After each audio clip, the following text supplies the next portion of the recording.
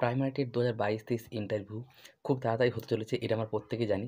Short notification তো দিয়ে দিয়েছে এবং এই মাসেরই অর্থাৎ অক্টোবর মাসের ২য় সপ্তাহ থেকে ফর্ম ফিল আপ শুরু হয়ে যাবে। সেটাও আমরা প্রত্যেকে পেপারে বা বিভিন্ন জায়গা থেকে জানতে পারছি, ইউটিউব ভিডিও থেকে।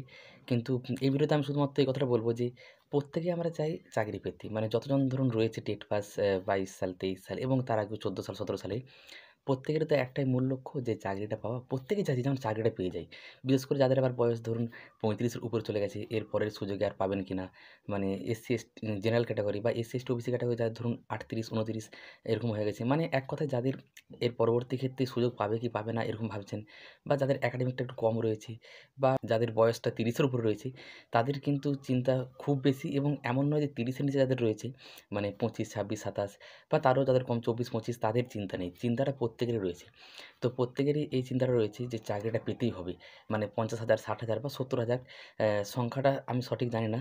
৬০-৭০,০০০ যতজনই টেট পাস করে রয়েছে এবং যতজনই ইন্টারভিউ দিতে যাবে ফর্ম ফিল আপ করে, প্রত্যেকেরই একটাই লক্ষ্য, চাকরিটা কিন্তু পেতে হবে। কিন্তু শূন্যপদ মাত্র ১৩,৪২১। তো সেক্ষেত্রে প্রত্যেকে তো চাকরিটা পাবে না, এটাই কিন্তু বাস্তব কথা। শূন্যপদ যদি না বৃদ্ধি করে, আমার যতটুকু মনে হচ্ছে ব্যক্তিগত মতামত, মনে হচ্ছে বৃদ্ধি করবে না। বৃদ্ধি করা উচিত।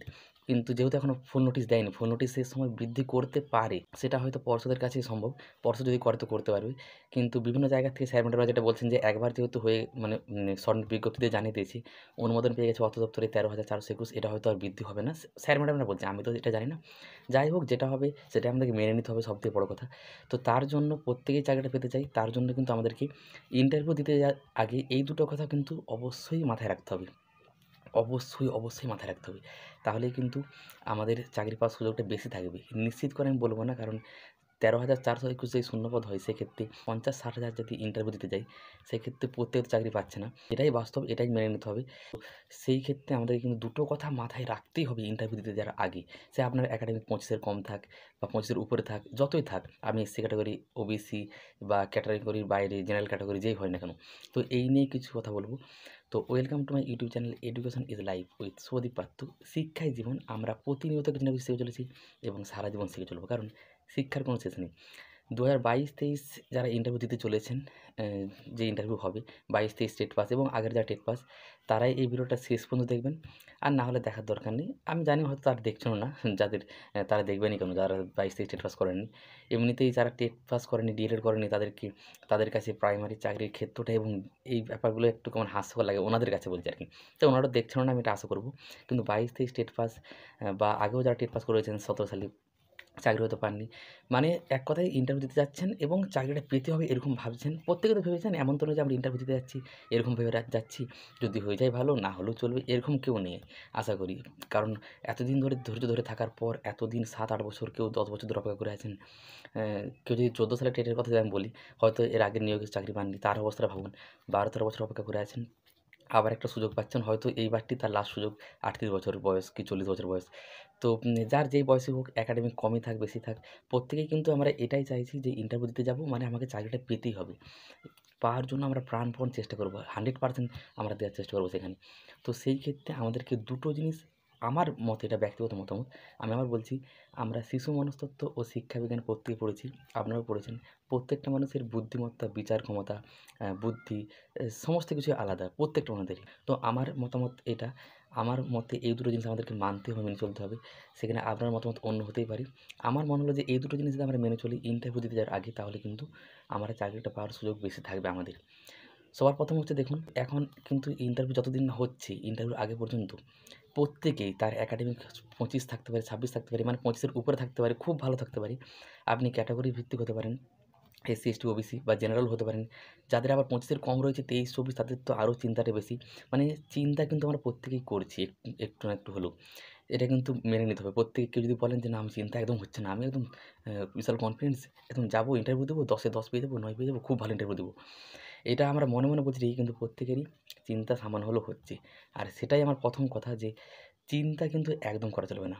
আমি আবার বলছি, ১ম যে দুটো কথা আমাদেরকে মেনে চলতেই হবে, তার মধ্যে ১ম হচ্ছে, এই মুহূর্তে যতদিন না ইন্টারভিউর ফর্ম ফিল আপ হচ্ছে, ইন্টারভিউ দিতে যাচ্ছি, কোথায় ইন্টারভিউ হবে, কলকাতাতে হবে না ডিপিএসসিতে হবে, যে যার জেলায়, হ্যাঁ, সেখানে কী প্রশ্ন করবে? সেখানে রুমে গিয়ে কীভাবে ডেমনস্ট্রেশন দেবো? ভুল হয়ে যাবে না তো? স্যাররা যেটা বলবে সেটা যদি না পারি, কত নম্বর পাবো? ১০ এর মধ্যে আমাকে তো আমার একাডেমিক এত রয়েছে, ২৫-২৬ রয়েছে, আমাকে তো ৮-৯ পেতে হবে। ৮-৯ পাবো তো? যদি ৮ না পাই, যদি চাকরিটা না হয়, কী হবে? এরকম একটার পর একটা ভাবতে, কারণ আমি নিজে এরকম ভাবছি তো, তাই একজন প্রার্থী হিসেবে এটা অনুভব করতে পারছি। আপনাদেরও প্রত্যেকের কিন্তু এটা হচ্ছে অবশ্যই। সে যে যতই বলুন যে আমি ভাবছি না। এটাই বলার যে চিন্তা কিন্তু এরকম চিন্তা আসবে, কিন্তু আমাদেরকে বিভিন্ন ধরনের, যে আপনার যেটা আপনি যেই জিনিসগুলো দেখে মোটিভেট থাকতে পারেন, বিভিন্ন ধরনের স্যারদের ভিডিও হতে পারে ইউটিউবে, বিভিন্ন বই পড়তে পারেন আধ্যাত্মিক, বা যে কোনো অনুপ্রেরণামূলক বই পড়ে, বা যে কোনো উপায়ে এই সময়টাতে কিন্তু যতদিন না ইন্টারভিউ ফর্ম ফিল আপ হয়ে ইন্টারভিউ হচ্ছে, ততদিন পর্যন্ত আমাদেরকে কিন্তু একদম চিন্তা করা চলবে না। এই চিন্তা করলে কী হবে? আমরা এতদিন যেগুলো প্রস্তুতি নিয়েছি, এই মুহূর্তে যেই প্রস্তুতিটা নেব, আমাদের মানসিক অবস্থা কিন্তু দুর্বল হয়ে পড়বে। মানসিকভাবে আমরা দুর্বল হয়ে পড়বো, এবং ইন্টারভিউতে কিন্তু ভালো ফল করতে পারবো না। হয়তো যেভাবে পারফর্ম করতে পারতাম, যেভাবে টিচিং ডেমনস্ট্রেশনটা দিতে পারতাম সেখানে, যেভাবে প্রশ্নের উত্তরগুলো দিতে পারতাম, যে আত্মবিশ্বাসের সাথে সেখানে যেতে পারতাম, যদি আমরা চিন্তা করি, যদি ভয় পাই যে চাকরি হবে, হবে, সত্যি হবে তো? কত নম্বর পাবো? তো এই সমস্ত চিন্তাগুলো করলে কিন্তু আমাদের মানসিক অবস্থা এই মুহূর্তে দুর্বল হয়ে যাবে। আমরাও যখন ইন্টারভিউ দিতে যাবো, আমাদের কনফিডেন্সও থাকবে না। ভয়ে থাকবো, প্যানিক করে যাবো। তো চিন্তা একদম করা চলবে না। এটা ১ম কাজ। ঠিক আছে? এই মুহূর্তে আবার লোকেও নানা রকম কথা বলবে। আগের থেকেও বলছিল, এতদিন ধরে শুনেও এসছেন প্রত্যেকে, সেগুলো কি নতুন করে কি বলবো? যে টেট পরীক্ষা হবে না, টেট পরীক্ষা হলো, তারপরে বলছিল রেজাল্ট দিবে না, ইন্টারভিউ নোটিফিকেশন আসবে না, দেখলাম চলে এসছে, এখনও বলবে চলে আসছে, ইন্টারভিউ হবে না, এই যে দেখো আবার মামলা হয়ে গেছে। ইন্টারভিউ পরে কী করে চাকরি হবে তোদের?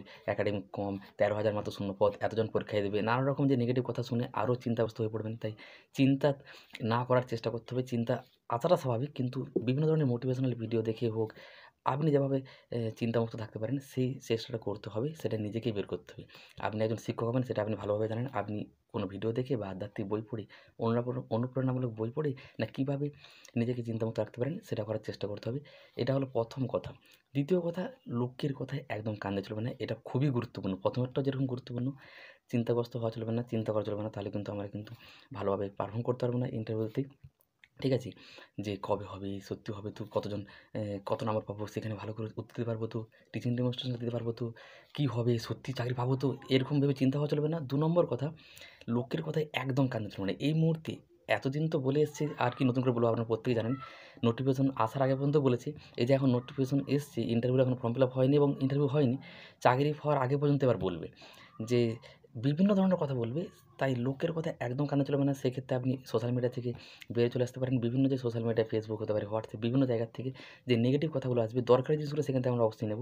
নেগেটিভ যে বিভিন্ন ধরনের ছড়াচ্ছে কথা আরও বেশি করে, বিশেষ করে তারা যারা ডিএলএড করেনি, টেট পাস করেনি, আমি বারবার বলি ভিডিওতে, তারাই কিন্তু এই নেগেটিভ কথাগুলো বলে আপনাকে থামিয়ে দিতে চেষ্টা করবে। কারণ এতদিন পরে ২০২২ টেট পাস করেছি আমরা। ২৩ এর টেট যারা রয়েছেন, আরও আগে ১৪-১৭ যারা চাকরি পাননি, form fill up TET pass করে রয়েছেন, যাদের চাকরি পেতে বাকি রয়ে গেছে, হয়তো ইন্টারভিউ এখনো পাননি, তাদেরকে এই মুহূর্তে এতদিন পরে যে ইন্টারভিউ নোটিফিকেশন আসছে, চাকরি পাবেন, বিভিন্ন ধরনের কথা বলে থামিয়ে দেওয়ার চেষ্টা করবে। কারণ ওনারা ডিএলএড করেনি, টেট পাস করেনি, ওনারা কোনোদিনও চাকরি পাতে পারবেন না। আমরা ডিএলএড করেছি, টেট পাস করেছি। এই মুহূর্তে আমরা এতদিন অন্য কিছু করেছিলাম। আগামীতে হয়তো করব, যারা হয়তো চাকরি পাবো না। ঠিক আছে? তো সেক্ষেত্রে একটা সুযোগ অবশ্যই এসছে, আমরা ইন্টারভিউ দিয়ে দিলেই চাকরি। এটা শেষ ধাপ, একদম শেষ ধাপ। আমরা আমি বারবারই বলি, প্রাইমারি চাকরির ক্ষেত্রে টেট পরীক্ষাটা সবথেকে বড় কথা। টেট পরীক্ষা পেরে আমরা 90% চাকরি প্রায় পেয়ে গেছি। এবার 10% বাকি। ইন্টারভিউটা ভালো করে দিতে পারলেই চাকরি কিন্তু নিশ্চিত প্রত্যেকেরই। প্রত্যেকের একটা সুযোগ রয়েছে ভালো করে। ঠিক আছে? প্রত্যেকে তার চাকরিটা পাবে না, যেহেতু শূন্যপদ কম। তাহলে এই মুহূর্তে লোকের কথায় বিভিন্ন যে নেগেটিভ কথা লোকে এই সময় বলবে, ইন্টারভিউ দিয়ে কোনো লাভ নেই, চাকরি হবে না, বেকার, এত কম শূন্যপদ, কী করে চাকরি হবে? চাকরি পেয়েও যদি ধর বাতিল হয়ে যাবে, মানে কী গ্যারান্টি আছে? ২৬ সালে হাই স্কুলে চাকরি বাতিল হলো। এটা নিয়ে আমি অনেকবার বলেছি, তাই এটা নতুন করে বলছি না। আমাদের স্বচ্ছ টিট প্রত্যেকটা প্রমাণপত্র রয়েছে। টেট পাসের সার্টিফিকেট রয়েছে, ওইমার কার্বন কপি রয়েছে, আমরা যেটা পরীক্ষা দিয়েছিলাম। তাই চাকরি একবার হয়ে গেলে বাতিল হওয়ার কোনো সম্ভাবনা নেই। এইটা সবথেকে বেশি নেগেটিভ কথাটা বলে, এইটা বলে থামাতে চেষ্টা করি। যে ধর চাকরি পেয়েও গেলি, ৫-১০ বছর পরে বাতিল হবে না, কী গ্যারান্টি আছে? মানে যে কোনো নেগেটিভ কথাই বলুক, লোকের কথায় আমরা কান দেব না। তো এই দুটো কথা যদি এই ইন্টারভিউ দেওয়ার আগে আমরা মনে রাখতে পারি, কোনো রকম কোনো চিন্তা করব না, কী হবে সেটা ভবিষ্যতে দেখা যাবে। আমরা আমাদের যেটা আমাদের হাতে রয়েছে, সেটা তো ফল কী হবে আমরা তো কেউ জানি না। আমাদের হাতে কর্মটা রয়েছে। আমরা কীভাবে প্রস্তুতি নিয়ে কীভাবে ইন্টারভিউ দিতে যাব নিশ্চিন্ত হয়ে, চিন্তামুক্ত থেকে, সেটা, এবং কে কী বলছে, কে কী বলল, না যা খুশি বলতে পারে, যে কোনো নেগেটিভ কথা। তো এই দুটো কথা যদি মনে রাখতে পারি ইন্টারভিউ দেওয়ার আগে, সে আমি হই, আপনি হন বা যে কেউ হন, একাডেমিক কম থাক বেশি থাক, জেনারেল হই, এসসি ক্যাটাগরি হই বা ওবিসি যে কোনো ক্যাটাগরি হই, বয়স যাই হোক 30-এর নিচে বা উপরে, আমার মনে হয় এই দুটো কথা যদি আমরা মনে রাখতে পারি অবশ্যই আমাদের সুযোগটা বেশি থাকবে এবং আমরা ভালোভাবে ইন্টারভিউতে দিতে পারবো। কারণ এটাই আমাদের হাতে রয়েছে। চাকরি হবে কি হবে না সেটা ভবিষ্যতের সময়ই বলবে। সেটা আমাদের ইন্টারভিউর উপর নির্ভর করছে কেমনভাবে আমরা দেবো। তাই যেটা আমাদের হাতে রয়েছে সেটাকেই আমাদের ভালো করে করা উচিত। কে কী বলছে বা দুশ্চিন্তা না করি, নানা রকম লোকের কথায় না কান দিয়ে প্রস্তুতিটা নেওয়া ভালো করে উচিত, যাতে কিনা আমরা ইন্টারভিউটা ভালো দিতে পারি এবং সেটার উপরে নির্ভর করছে আমাদের চাকরিটা। তাই এই দুটো বিষয় অবশ্যই মাথায় রাখা উচিত বলে আমার মনে হলো, তাই এই বিষয়গুলো আমি শেয়ার করলাম। জানি না আপনাদের যদি কিছু মতামত থাকে, গুরুত্বপূর্ণ ভালো মতামত, ভালো উপদেশ যাতে প্রত্যেকের কাজে লাগে যারা ইন্টারভিউ দিতে যাবে, তো আপনারা অবশ্যই কমেন্টে করতে পারেন।